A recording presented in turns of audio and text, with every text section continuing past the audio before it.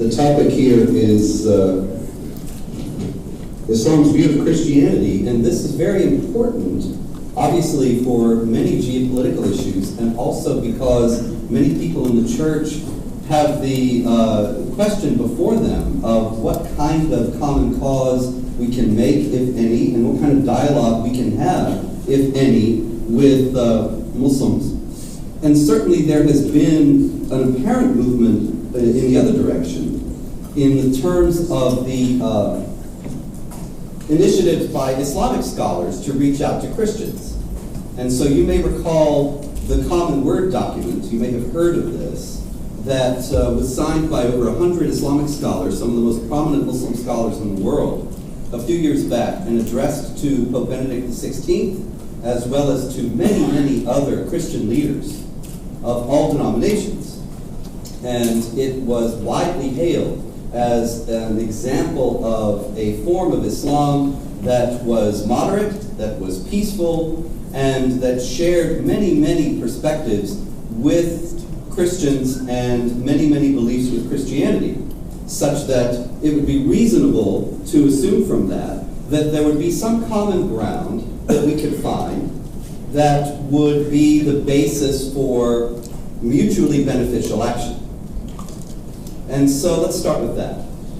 The Common Word itself, the title of it comes from the Quran, the Holy Book of Islam, which I happen to have here with me tonight. And it is a statement that is from the 3rd chapter of the Quran, verse 67, which says, 61 rather, "Tell whoever disputes with you on this matter, after true knowledge has come to you, come, let us summon our sons and your sons and our women and your women and ourselves and yourselves, and let us pray together and invoke the curse of Allah on those who lie." And it goes on, "Say, people of the book," which is the Quran's term for primarily Jews and Christians, anybody who has a book that is revealed by God. And it says, "Come to a common word between us and you." And so that's where the title of the thing comes from. But then, the statement goes on to say, the Quran goes on to say, that we will serve none but Allah, and shall associate none with Him in His divinity, and that some of us will not take as others as lords other than Allah.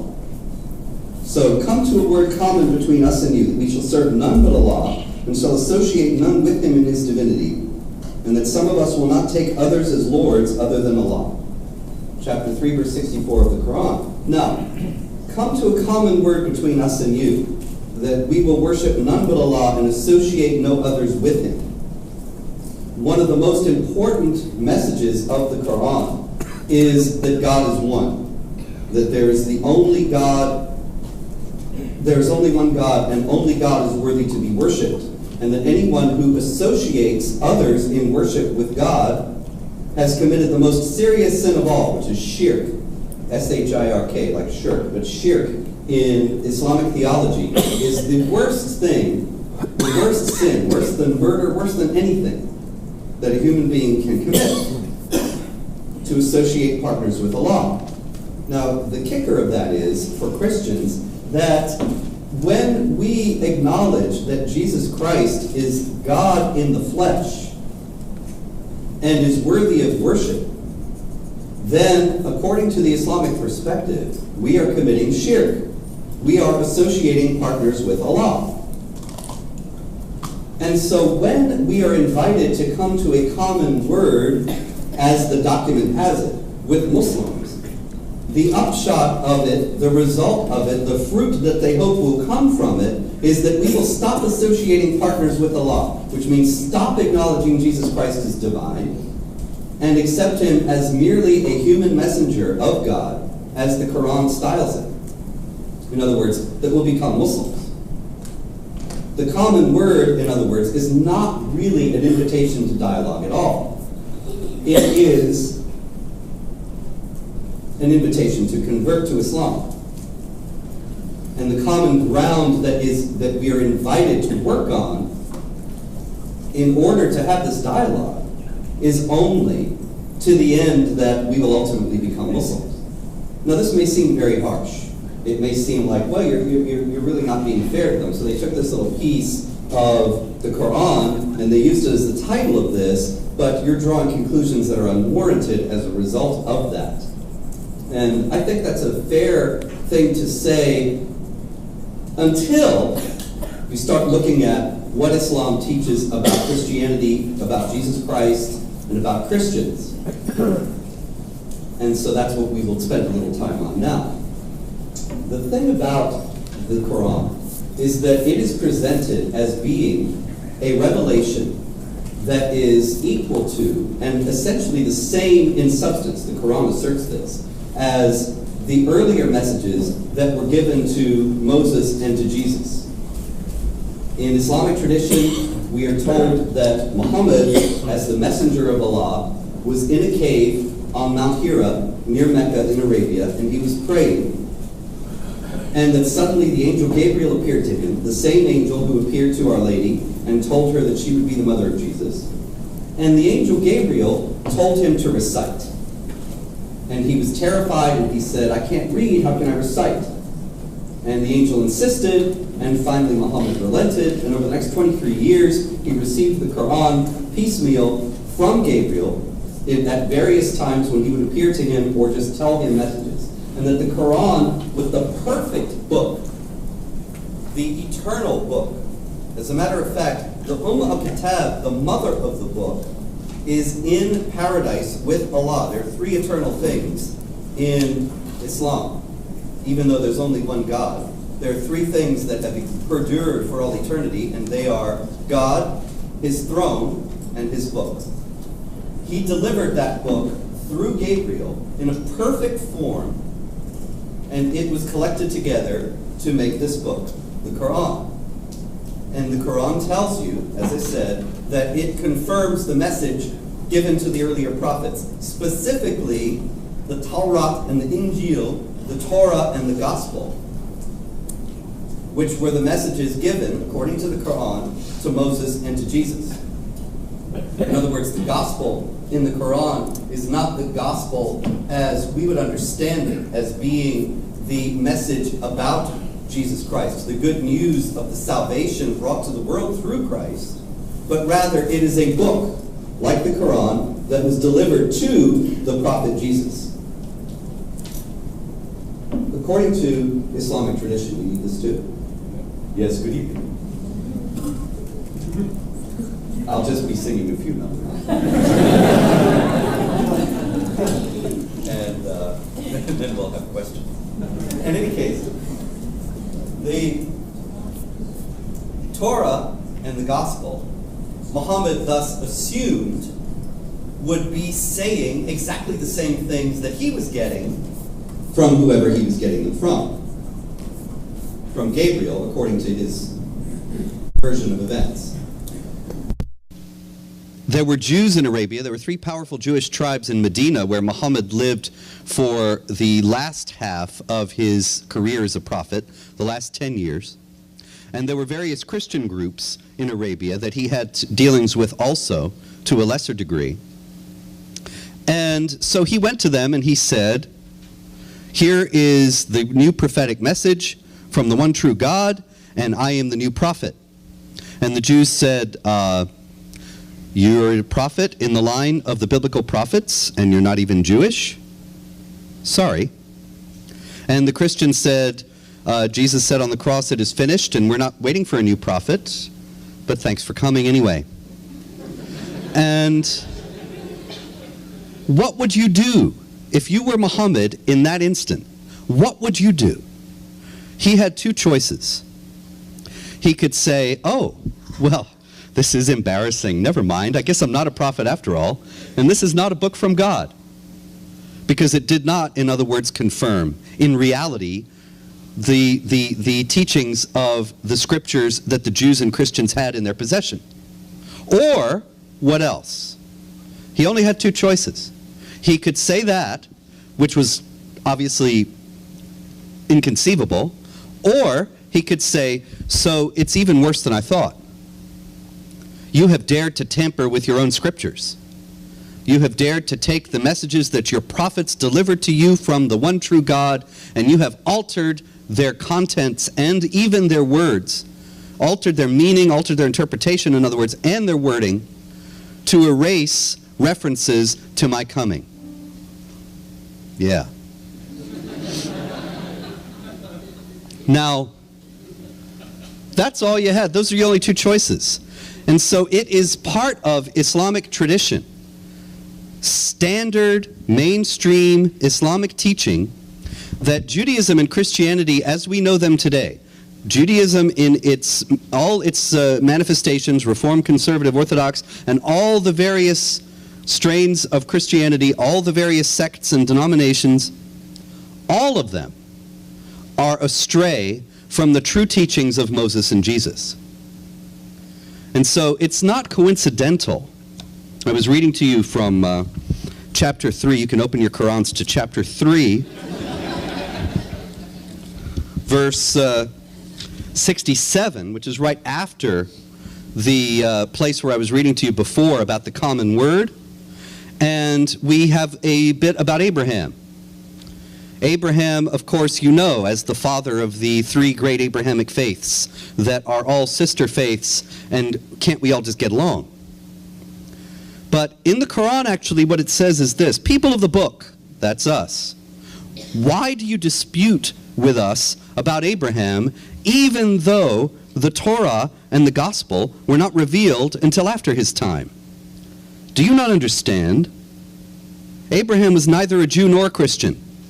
See, he's saying, the Jews and the Christians are saying, well, Abraham was a Jew, and the Christians are saying Abraham was a Christian. Whatever Christians he might have been encountering. But it says Abraham was neither a Jew nor a Christian, he was a Muslim. Abraham was a Muslim. How could Abraham be a Muslim when Muhammad died in the year 632, several thousand years after Abraham? And he originated this thing, I just told you, when in the year 610, he went up on the mountain into the cave and was praying and received the first visitation from Gabriel. And suddenly, a man who lived a couple thousand years before that is supposed to have held to the same faith? Well, obviously. Because, you see, the original faith of all the prophets was Islam. Because Islam is the true faith from the true God. And so Abraham, you see, was a Muslim, as the Quran tells us. Moses was a Muslim. Jesus was a Muslim. And then what happened? Then their followers, out of a desire for selfish gain, out of a desire to get rich, out of a desire for whatever other creaturely comforts, they dared to tamper with their own scriptures, with the Torah and the gospel, to create what we know of today as Judaism and Christianity.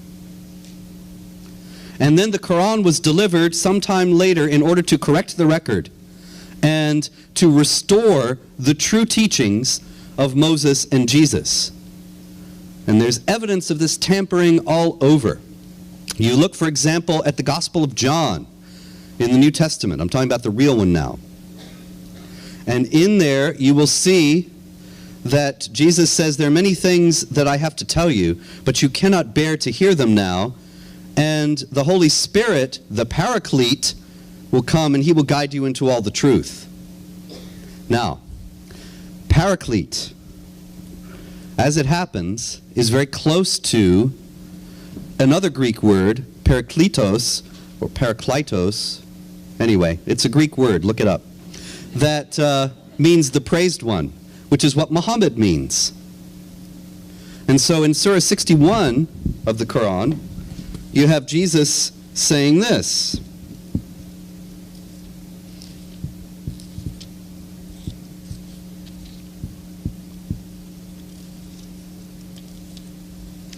Call to mind when Jesus, son of Mary, said, O children of Israel, I am Allah's messenger to you. I verify the Torah which has come before me, and I give you the glad tidings, that was a nice touch, the glad tidings of a messenger who shall come after me, his name being Ahmed. Ahmed meaning the praised one, a cognate of Muhammad. And you see, they tampered with it to create all this Holy Spirit business. Really, Jesus was saying Muhammad is going to come. Now, why would they do that? Why would the Christians have altered the teachings of their Islamic prophet in order to create this new and false religion? There's a story in Islamic tradition, in the Hadith, which are the records of Muhammad's words and deeds, normative for Muslim behavior, because Muhammad is called in the Quran, chapter 33, verse 21, the excellent example of conduct. And Muslims take that very seriously. Muhammad is the excellent example of conduct in every way. If Muhammad did it, it's right. If he did it, it's exemplary.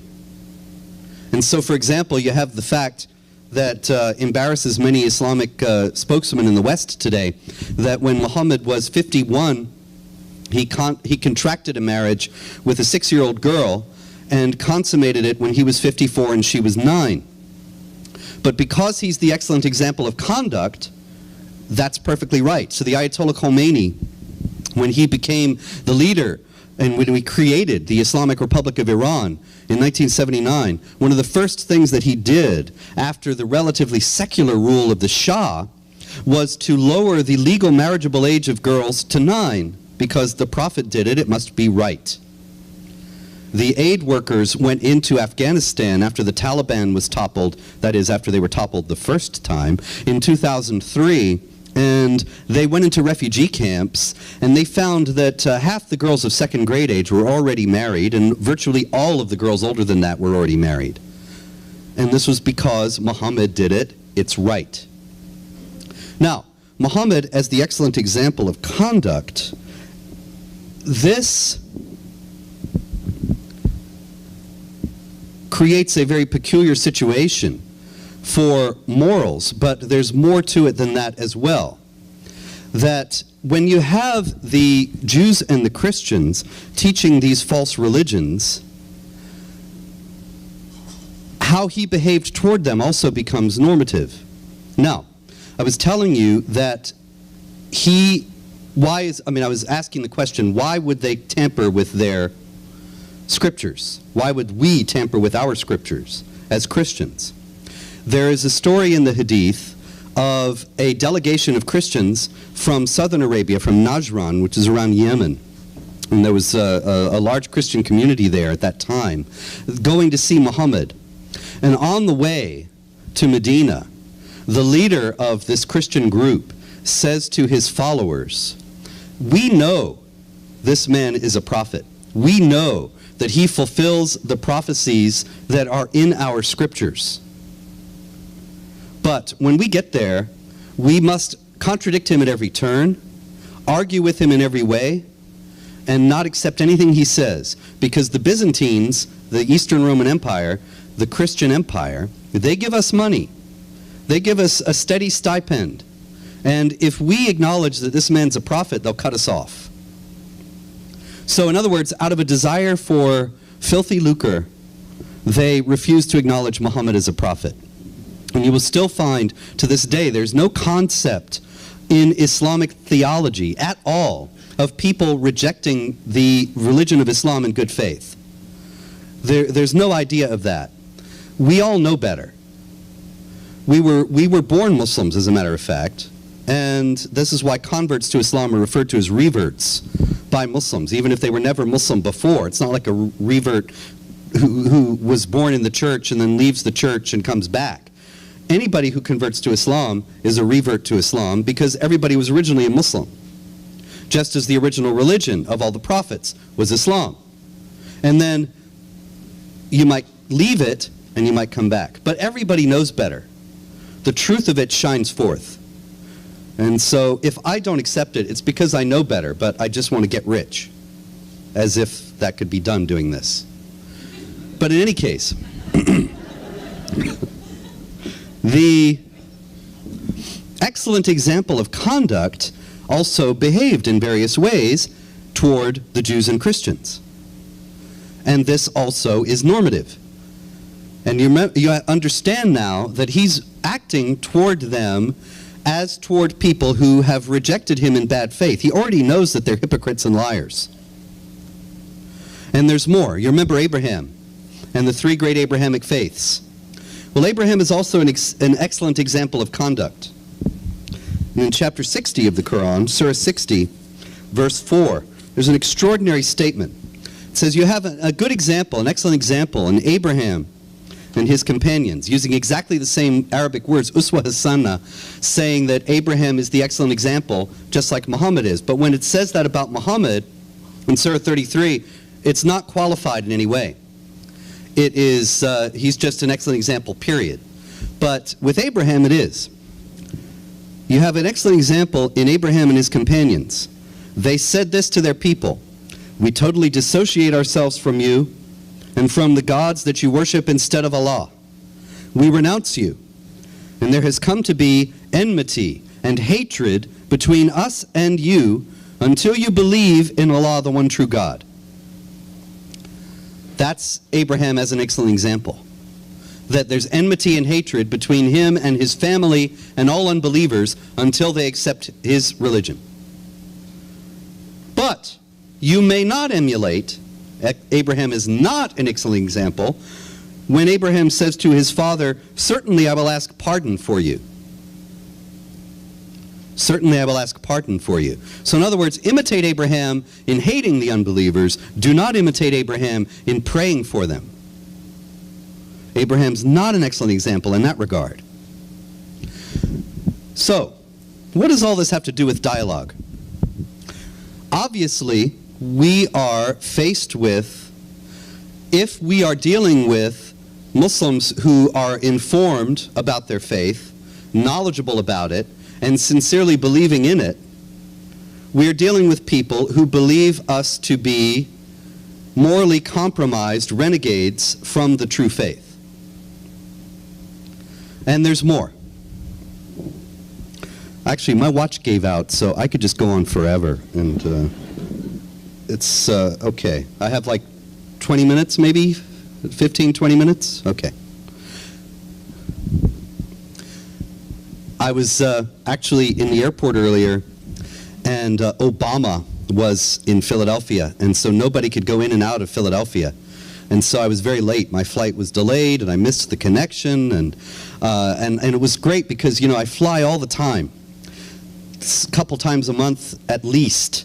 And so I have these wonderful frequent flyer miles, and sometimes I get first class. And so it was great. When I got to the airport this morning, I had first class to Philadelphia and first class from Philadelphia to Pittsburgh. But because of Obama, I lost my connection to Pittsburgh, and I lost first class, and I was in a middle seat from Philadelphia to Pittsburgh. And I was watching the first class people board the plane, and I was thinking, why do the wicked prosper?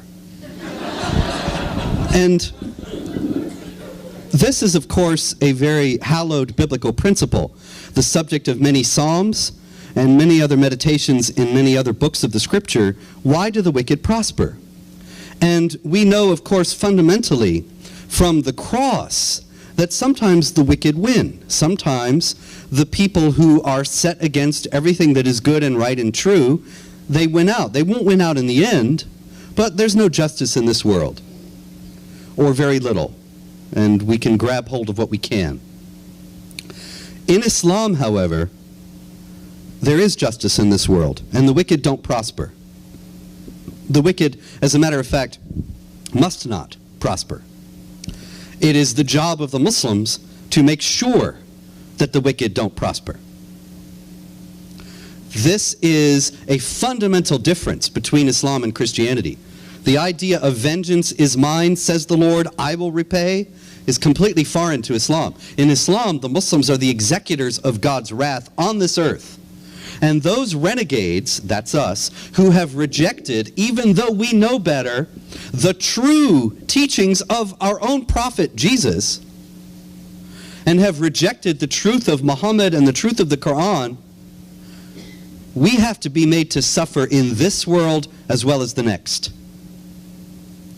And this is, of course, the Quran's martial theology. It's teaching about the warfare against unbelievers, which is a fundamental aspect of the Islamic doctrine of jihad. Jihad means struggle, and there are all kinds of struggles. There are all kinds of jihads. The Islamic Republic of Iran has a Department of Agricultural Jihad. It's part of the government of Iran. But it doesn't mean blowing things up on the farm. It means struggling to increase crop yields. However, nonetheless, at the same time, the fundamental meaning, the primary meaning of jihad in Islamic theology is warfare against unbelievers, not to affect their conversion. And see, this is a very deceptive thing that a lot of Muslim spokesmen do in the United States. They say, there's no forced conversion, there's no compulsion in religion, which is chapter 2, Surah 2, verse 256 of the Quran. There's no forced conversion, and there's no jihad to convert people to Islam, and so therefore they want you to think there's no doctrine of warfare. Well, that's a little bit of a bait and switch, or a sleight of hand, or something like that, because there is no forced conversion, but the object of jihad is to subjugate the unbelievers. Chapter 9, verse 29 of the Quran says, "Fight against those who do not believe in Allah and His Messenger, and do not forbid what He has forbidden, even if they are of the people of the book," that's us, "until they pay the jizya," which is a tax, "with willing submission and feel themselves subdued." Now that verse is extraordinarily important because it became the foundation in Islamic theology for a whole superstructure of laws that mandated, in line with the idea that the wicked must not prosper and the Muslims are the executors of God's wrath on this earth, mandated that the Muslims must fight against the Jews and the Christians and create a system of society in which those people are denied basic rights, so that they pay this tax that the Muslims are exempt from paying, and that they feel themselves subdued and they submit to the Muslims and to the hegemony of the Muslims. And so it's part of Islamic law, even to this day, although these laws are not enforced today for a variety of reasons that we can get into later if time permits. The Islamic law mandates that Christians in Islamic lands may not build new churches or repair old ones. So obviously their communities are perpetually in decline. A Muslim man can marry a non-Muslim woman, but a Muslim woman cannot marry a Muslim man. And the idea is the man is the head of the household, so the households of the Muslims always grow, and the households of the non-Muslims always decline. All sorts of little niggling things too, like if a Muslim is walking down the street, like in the old Jim Crow South, the Christians have to get off the sidewalk and let them pass. They cannot build buildings higher than the Muslims. They cannot hold authority over Muslims. So that some of this, although I said it's not fully enforced today in the Islamic world, all through the Islamic world, it's kind of a cultural hangover, so that there is no country that's majority Muslim in which non-Muslims enjoy full equal rights with the Muslims. Not one, not even Turkey. And in most of them, because non-Muslims must not hold authority over Muslims, the Christians are a very low class in the society because they only take the most menial jobs. And so the nickname for Christians in Pakistan is street sweepers, because that's what they do. They can sweep the streets, they can take out the garbage, that kind of thing. But to rise in the corporate world, forget it, that's closed off to them. And I know Christians from Syria and other relatively tolerant countries like that, Syria, Jordan, Egypt, although Egypt is changing radically now, where they left because they would find a ceiling, a glass ceiling, when they would apply for jobs. And say, "What's your name?" "George." "Oh, sorry, we got nothing for you." And then Mahmoud would go in and get the job. And this is all part of Islamic law. It's part of the natural order of things as far as they're concerned, that the Christians have to feel themselves subdued. Now, if you consider where we started and about dialogue, the idea of Islamic law is to establish itself all over the world because it's the perfect model for the perfect society, derived from the perfect book, given to the prophet in perfect form from the one true God who had it with him forever in paradise. And so there is no model of society that is superior to Islamic law, and it's the mandate of the Muslims to fight in various ways, not necessarily by hot warfare, to establish that law all over the world. And so, will Muslim groups and Muslim individuals enter into dialogue with Christians? Of course. Do they do that? Will they enter into cooperative ventures? Obviously.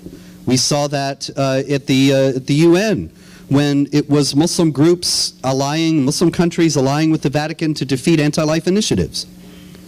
But at the same time, they understand not that they are dealing with equals, not that they are dealing with partners, not that there is going to be a genuine interchange of ideas and an attempt to reach a mutual understanding.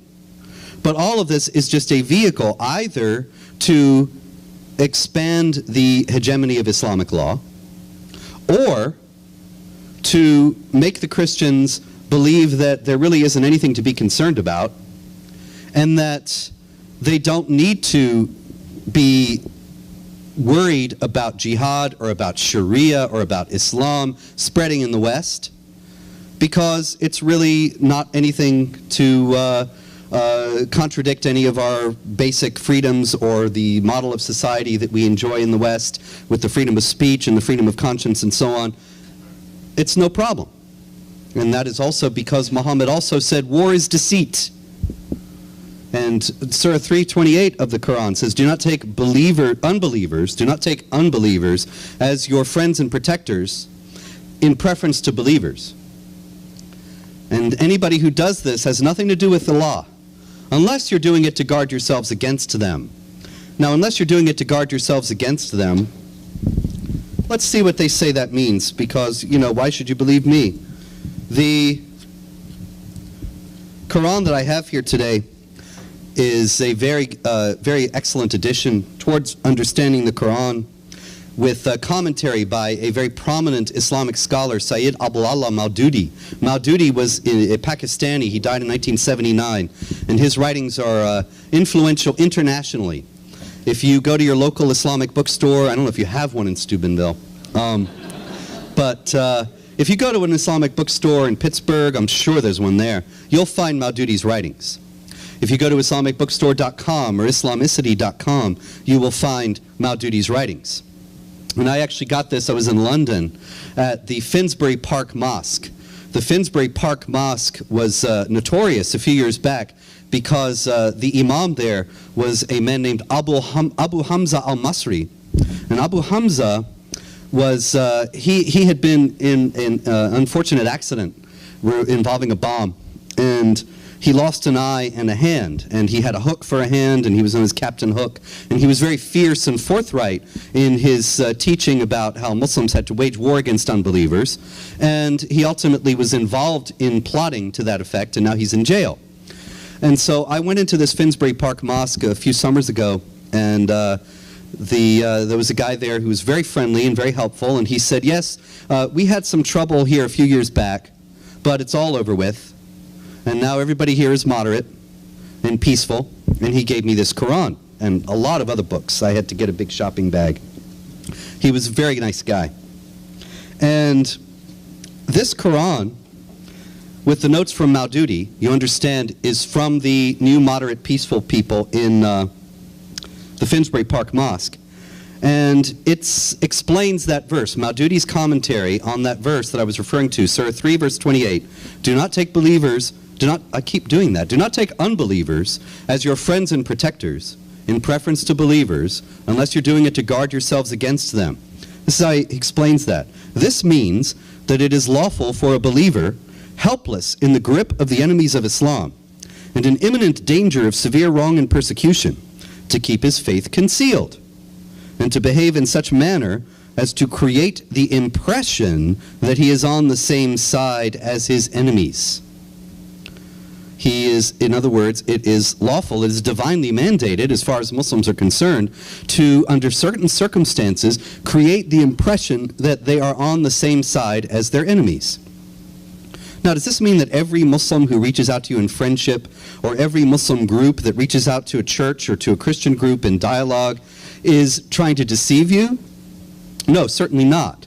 But it does mean that it does happen, and that we need to keep a steady and sober regard for the possibility that it could happen. And this is the great hazard of dialogue with Muslim groups in the United States, that we have people who don't know anything about Islam. I mean, why would anybody know anything about Islam? I read the Quran, so you don't have to. But most people, they have better things to do, and I certainly understand that. But they go to these churches and they tell people Islam is a religion of peace, and Sharia is just a private moral code. Islamic law is just a private moral code, like Catholic marriage law or Jewish law, and it's nothing to be concerned about. It's not incompatible with Western society or values. And people buy it. Why wouldn't they? And the hazard about that is that it leaves them susceptible to threats that they don't understand are coming, and leaves them essentially naive and complacent in the face of people who do not have their best interests at heart. And so, while I think that there is no reason not to talk to Muslim groups, it's very important to be informed, to be aware, to keep your eyes open, and to understand how Islam views Christianity. And if you keep in mind the things that I have touched on very briefly this evening about how the Quran views Christians as being the renegade followers of a heretical version of the true teaching of Jesus, well then, it can change your perspective on an awful lot of things. For example, the Imam Faisal Abdul Rauf is one of the most important and leading moderate Muslim spokesman in the United States, and he is the imam at the Ground Zero Mosque, the mosque that they're building by the World Trade Center site in New York. And he has all kinds of people who think very highly of him, including the mayor of New York and the president of the United States. The State Department sends him out on trips to Muslim countries, supposedly to build bridges between the United States and these countries and so on. Very important man. And he won wide accolades last year in the middle of the Ground Zero Mosque controversy when he said, "I'm a Jew. I have always considered myself a Jew." And everybody said, "Oh, look how wonderful and tolerant and ecumenical he is and broad-minded. How wonderful. This is not the kind of guy that's going to fly planes into a tower. This is the kind of guy we can deal with." But look, he was just stating standard Islamic theology, that the true Judaism and the true Christianity is Islam. Moses was a Muslim, Jesus was a Muslim, Abraham was a Muslim, and so he's, as a follower of the true teachings of Moses, he's a Jew. He wasn't actually saying anything other than standard Islam. But you'd have to know the context, the backdrop of his own belief system in order to understand that. Now ultimately, human nature is everywhere the same, and people are people everywhere. And there's a spectrum of belief and knowledge and fervor among Muslims, just as there is among Catholics and among every other religious group. There are people who know all about it and are very serious about it. There are people who know all about it and don't try to put it into practice in their lives at all. There are people who don't know anything about it and don't care. But if you ask them, they'll say, "Yes, I'm a Catholic," or "Yes, I'm a Muslim." And so also it is important to understand where the person you are dealing with is coming from. There is a television show that's just about to start called All American Muslim, getting a lot of publicity. And I saw the first episode. I don't think it's out yet, but it was sent to me. And I watched it thanks to Obama. I had time to watch it in the airport. And the people that are depicted, the idea is that there's all this alleged hatred and bigotry toward Muslims in the United States, although actually in real life, hate crimes so classified against Jews and against African Americans are many times, eight times or more frequent than hate crimes against Muslims. But in any case, there is this idea that Muslims are the victim of some kind of hatred, and so this television show shows just ordinary people living ordinary lives. And there's this one woman and she wants to open up a club, and there's another woman and she's getting married to a Catholic, and the thing is that they both say that they are not observant, that they're not really religious. And there are people who are very religious in their family who don't approve of what they're doing in various ways. And of course, that's true in all groups. But that doesn't make it Islam. If there is a Muslim who doesn't want to kill me or doesn't want to subjugate me, then, well, I don't really think I have to thank people for not wanting to kill me, but that doesn't change the teachings of Islam. Just as the fact that studies show that most Catholics contracept doesn't change the teachings of the Church against contraception. The teachings of the Church are what they are, even if nobody pays attention to them. And the teachings of Islam are what they are, based on the Quran, based on the Sunnah, which is derived from the example of Muhammad in the Hadith. And the schools of Islamic jurisprudence are unanimous in teaching that it is part of the responsibility of Muslims to wage war against unbelievers and to subjugate them under the rule of Islamic law. So ultimately, this is, in a very real sense, as the phrase has it, a clash of civilizations. This is a struggle between radically different visions of what is the good and perfect society, or even just the best society we can manage on this earth, given the realities of human nature and of sin. And in this, however we may deal with individual Muslims, whether we are dealing with our friends or in dialogue in some formalized setting, we have to remember that we have in Catholic civilization, in Judeo-Christian civilization, a vision of life, a model of society that has been the foundation for the greatest civilization on earth and has given the whole world notions of human rights and of the basic dignity of the human person that are universally accepted, quite even far beyond the confines of the Church and of Christendom, and that are radically different from these ideas of warfare, subjugation, the denial of the freedom of conscience. Muhammad said, if anybody changes his religion, leaves Islam, kill him, and so on.